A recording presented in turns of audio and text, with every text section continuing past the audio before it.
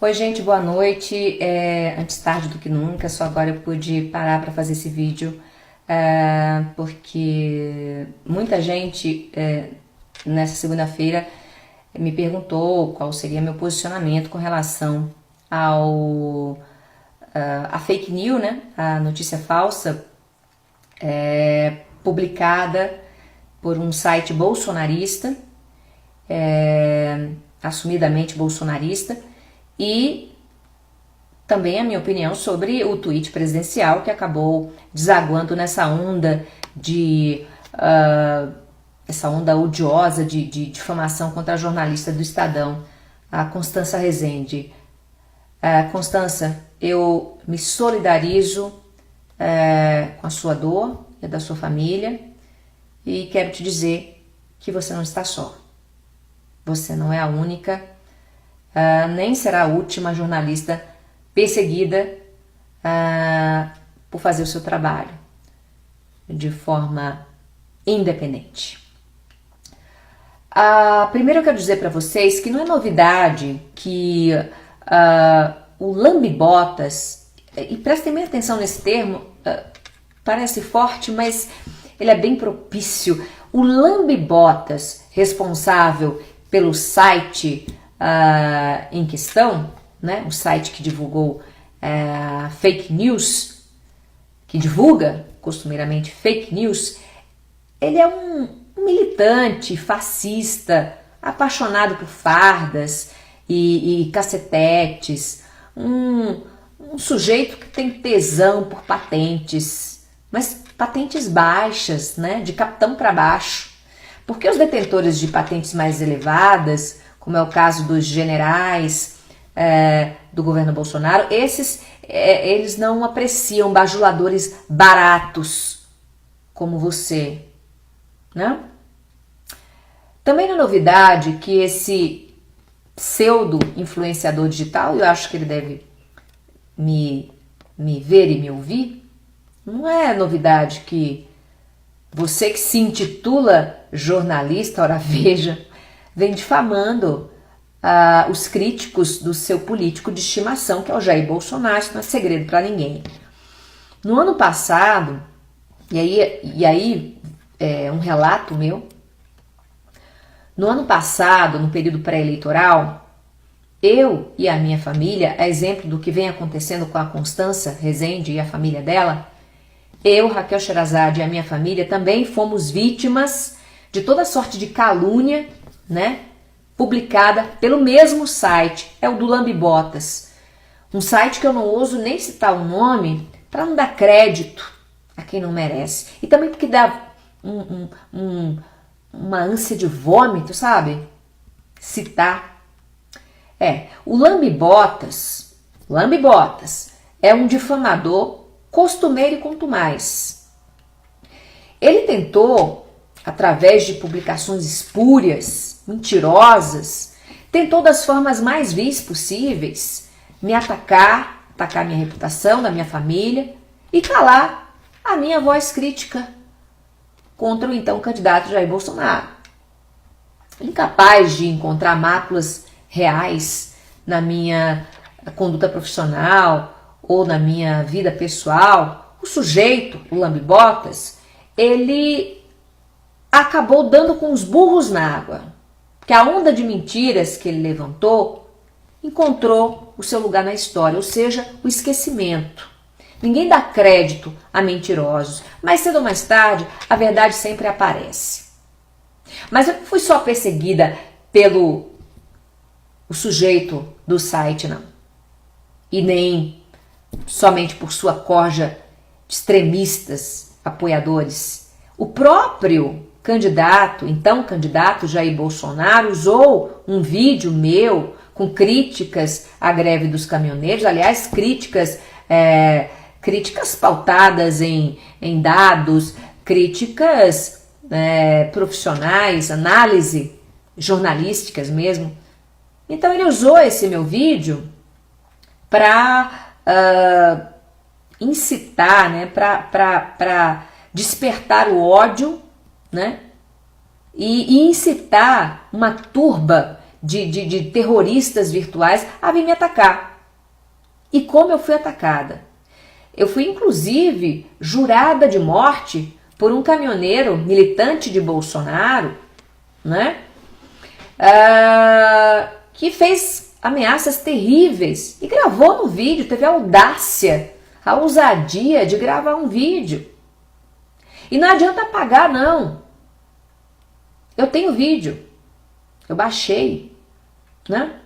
Agora eu me pergunto por que o Ministério Público se omitiu diante de um crime tão grave como uma ameaça de morte a uma jornalista, né? Por que o Ministério Público se omitiu? Ainda há tempo, hein? Doutos membros do Ministério Público Federal. O vídeo continua na internet, continua incitando ódio, incitando violência.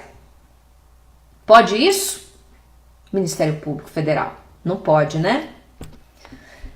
Bom, mas apesar de todo esse ardil, né, dessas mentiras, dessas calúnias em massa, eu devo dizer que eu saí ilesa. Não ilesa porque eu não senti, porque eu não sofri. Ilesa porque eu tenho minha consciência limpa. Porque eu não tenho compromissos, nenhum compromisso com mentiras nem com mentirosos. Eu não tenho compromisso, nem ligação, nem devo favores a políticos, nem a poderosos. Porque eu tenho orgulho de ter uma carreira limpa, de ter uma história limpa, de nunca ter precisado, ainda bem, nunca ter precisado. Um orgulho que eu tenho. Eu nunca precisei de QI, aquele que indica. Eu nunca precisei me dobrar, vender minha caneta, vender minha pena, minha consciência. E é por isso que eu sempre tive a liberdade de criticar desde o ex-todo-poderoso José Sarney, passando pelo Renan Calheiros, passando pelo ex-presidente Lula, né, pela ex-presidente Dilma e também Jair Bolsonaro, atual presidente. Eu não me furto de dar minhas opiniões, porque eu não tenho rabo preso, porque a minha história fala por mim. E não são notícias falsas, calúnias, difamações divulgadas por sites como esse, por robôs de internet, por políticos mal intencionados, que vão macular minha história, né? Minha credibilidade, para o desespero de vocês, segue intocável. Tá? Então, voltando ao episódio da greve dos caminhoneiros, quando notou que a opinião pública começou a se voltar contra a greve, o próprio capitão fez bravata, né? Pediu o fim do movimento, mas já era tarde porque o Brasil já tinha amargado os prejuízos, já tinha colhido os frutos amargos dessa greve, cujo único fim foi um fim político, né? Por quê? O que restou depois da greve? Né? Claro, para o Bolsonaro restaram os louros, né? Louros dos votos colhidos por seu discurso populista, agressivo e irresponsável. E no fim das contas, passada a greve, passado o uso político que foi feito dela, restaram-nos contas a pagar, né? Com combustível mais caro, com passagens mais caras, frete mais caro, produtos mais caros, alimentos mais caros, redução do PIB, o Produto Interno Bruto brasileiro, como eu havia previsto. Eu estava certa, né? Mas era preciso fazer um uso político dessa greve, ainda que ela prejudicasse o país inteiro, não é? Presidente Jair Bolsonaro. Eu estou falando isso porque eu queria mostrar que existem dois Bolsonaros. Existe o Bolsonaro do palanque e há um abismo entre o Bolsonaro do palanque e o presidente Bolsonaro. O que ele diz e o que ele pratica. E eu vou mostrar por quê. O Bolsonaro colheu votos, além dos votos, né, dos caminhoneiros, incentivando a greve dos caminhoneiros, incentivando o fechamento das rodovias, incentivando o prejuízo para o país inteiro. Ele também colheu votos combatendo a reforma da Previdência, do Michel Temer, que, ora vejam, nem era tão avassaladora quanto a atual reforma do presidente Jair Bolsonaro. Jair Bolsonaro também contabilizou votos combatendo a corrupção e os gastos excessivos dos homens públicos. Agora, quem diria? Bolsonaro está pagando a língua, como dizem na minha terra. Em vez de usar o SUS, como ele recomendou a Dilma e a Lula, ele, Bolsonaro, recorreu ao Albert Einstein quando precisou se internar. O Albert Einstein, junto com o Sírio-Libanês, são dois dos melhores hospitais e mais caros, obviamente, mais luxuosos e mais caros hospitais, não só do Brasil, mas também de toda a América Latina. Quando precisou se internar, o Bolsonaro, que discursava que o homem público deveria usar serviços públicos, ele correu para o Albert Einstein. Por que será? Por que ele não deu o exemplo? A conta de R$400 mil pela internação no Hospital Albert Einstein poderia e deveria ser paga pelo paciente. Mas o que? Sobrou para a gente, para o povo pagar. E aí eu te pergunto, mas ele não pode se internar no melhor hospital? Pode, claro, desde que pague por isso. Eu não acho justo que eu tenha que pagar com meus impostos a internação do Bolsonaro, ou do Lula, ou da Dilma, ou de quem quer que seja, político que seja, no hospital mais caro do país, nos hospitais mais caros do país, quando eu própria não posso recorrer a um Sírio-Libanês, a um Albert Einstein. Eu já falava isso, desde o governo Lula e Dilma, eu já falava isso, eu já criticava isso, né? Essas benesses de que eles se valem, primeiro criticam e depois usam. Eu não quero pagar essa conta de R$400 mil, mas serei obrigada a pagar, porque o Bolsonaro não vai pagar.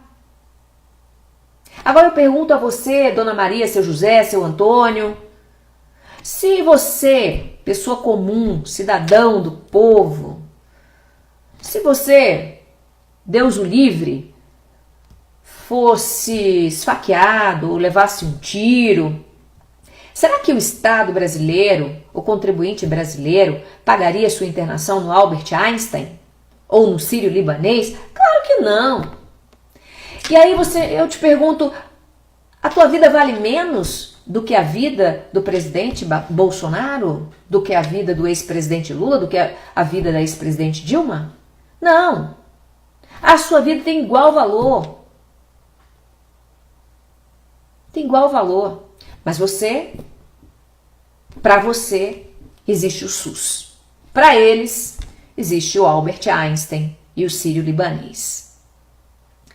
Vamos continuar com as contradições do senhor Jair Bolsonaro, já que ele é o centro das atenções. Agora, o Bolsonaro está mendigando apoio político de gente que ele abominava, partidos que ele jurava jamais se associar. Agora, Bolsonaro tem que explicar o esquema de laranjas do seu partido, o PSL. Isso é uma vergonha, presidente. Né? Tem que investigar isso aí, não tem? Também precisa prestar conta sobre a conduta do filho dele, do Flávio Bolsonaro, do motorista Queiroz, dos funcionários fantasmas, dos gastos astronômicos no cartão corporativo, né? Pode não ser legal, mas imoral é. Ou não é, presidente? Mas nossa, logo o Bolsonaro, né? Que era tão íntegro, tão probo, tão honesto, né? Agora, Bolsonaro tem um governo que lhe caiu no colo à custa de um discurso violento, preconceituoso e principalmente mentiroso.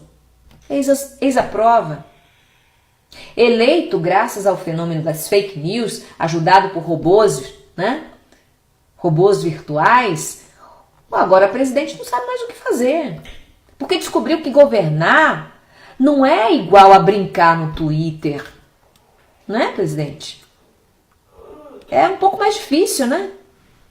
Está levando dos generais um puxão de orelha atrás do outro. Não é isso, capitão? Ou estou mentindo? E ainda bem que nós temos o vice-presidente Mourão. Ele me surpreendeu, tenho que admitir. É o homem mais lúcido, mais confiável no governo até agora. E quem diria, Mourão se tornou o muro de arrimo do governo Bolsonaro. O muro de sustentação. Ah, se não fosse o Mourão. Enfim, gente, depois desse desabafo, eu quero deixar muito claro que repudio veementemente tanto a publicação do site bolsonarista lá do Lambibotas, quanto a atitude covarde, indecorosa e irresponsável do presidente da República ao replicar mentiras contra uma jornalista no intuito de desacreditá-la como profissional, de prejudicá-la por estar apenas cumprindo a sua função de informar, mesmo incomodando poderosos como o senhor. Não é, presidente? Faltou respeito, capitão. Falta decoro, Bolsonaro. E olha que quando a gente fala em decoro de um presidente da República, em quebra de decoro, isso é um assunto muito grave. É gravíssimo. A falta de decoro, a quebra do decoro de um presidente da República, e você sabe disso, capitão. Finalmente, eu, juntamente com a Ordem dos Advogados do Brasil, juntamente com associações de jornalistas, né, e de radialistas de todo o Brasil, eu também repudio essa tentativa abjeta de colocar o povo contra a imprensa livre e independente. Porque atentem, eis aí a última fronteira entre uma democracia e uma ditadura. Cuidado, vocês que sempre combateram os regimes antiliberais, como é o caso da Venezuela, como é o caso de Cuba, da Coreia do Norte. Nesses países não há imprensa livre. Nesses países não há contraditório. Nesses países não há críticas aos poderosos, aos governantes. Porque nesses países a imprensa é o próprio ditador. Nesses países a imprensa, se é que podemos chamar de imprensa, ecoa unicamente os interesses do governo, não os interesses do povo. Cuidado, porque quando a voz de jornalistas é calada, o povo está amordaçado. E isso é a prova derradeira, é a última prova de que o autoritarismo, finalmente, venceu a democracia. Gente, obrigada pela atenção de vocês, era isso que eu tinha a dizer hoje. Uma boa noite e que amanhã, esperamos que a partir de amanhã, a partir de agora, né, nós tenhamos um presidente à frente do nosso país e não um tuiteiro lacrador. Vamos trabalhar, presidente, como diz nosso amigo Reinaldo Azevedo, vamos trabalhar.